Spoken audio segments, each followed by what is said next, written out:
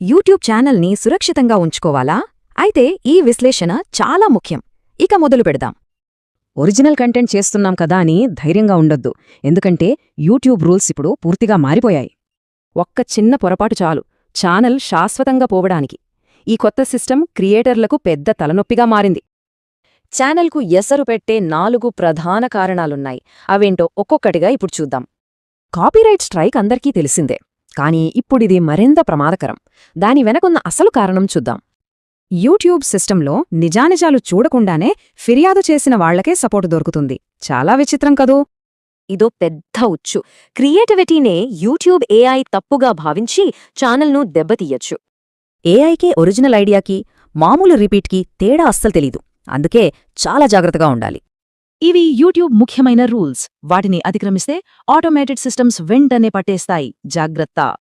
కంటెంట్ను ఇతరులు కాపీ కొట్టినా శిక్ష పడేది ఒరిజినల్ క్రియేటర్కే. ఇదే యూట్యూబ్ కొత్త పద్ధతి. మరి ఈ ప్రమాదాల నుండి ఛానల్ను కాపాడుకోవడమెలా? దానికి నివారణే అసలైన మార్గం. అది చూద్దాం. ఈ పద్ధతులు పాటిస్తే కంటెంట్ను ఏఐ తప్పుగా అర్థం చేసుకోవడం కష్టం. ఛానల్ సురక్షితంగా ఉంటుంది. ఒకవేళ స్ట్రైక్ వచ్చినా కంగారు పడొద్దు. దాని నుండి బయటపడటానికి ఒక దారి ఉంది. ఇదిగో ఆ ప్లాన్. ఇక 5వ స్టెప్లో వాదనను సరిగ్గా ఎలా వినిపించాలో చూద్దాం. ఇది చాలా ముఖ్యం. అప్పీల్ చేసేటప్పుడు ఇమోషన్స్ కాదు, ఫ్యాక్ట్స్ మాత్రమే మాట్లాడాలి. వాదన నిజమని నిరూపించడానికి సరైన ఆధారాలివ్వాలి. రివ్యూకి టైం పడుతుంది, ఓపికగా ఉండాలి. ఎందుకంటే అప్పీల్ను మొదట చూసేది మరో ఏఐ కూడా కావచ్చు. ఫలితాలు తీవ్రంగా ఉండొచ్చు, కానీ అపీల్ రిజెక్ట్ అయితే అంతా ముగిసిందని అనుకోవద్దు.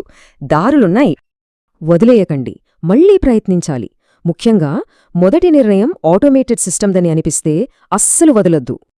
ఆరోపణ నిజమే అనిపించే పనులు అస్సలు చెయ్యొద్దు. అది పరిస్థితిని మరింత దిగజార్చుతుంది అంతే. ఈ రోజుల్లో క్రియేటర్ కేవలం కంటెంట్ చేస్తే సరిపోదు. యూట్యూబ్ సిస్టమ్ను అర్థం చేసుకుని దానికి తగ్గట్టు నడుచుకోవాలి. అంటే ఇప్పుడు మన కంటెంట్ భవిష్యత్తును నిర్ణయించేది ఒక మెషిన్.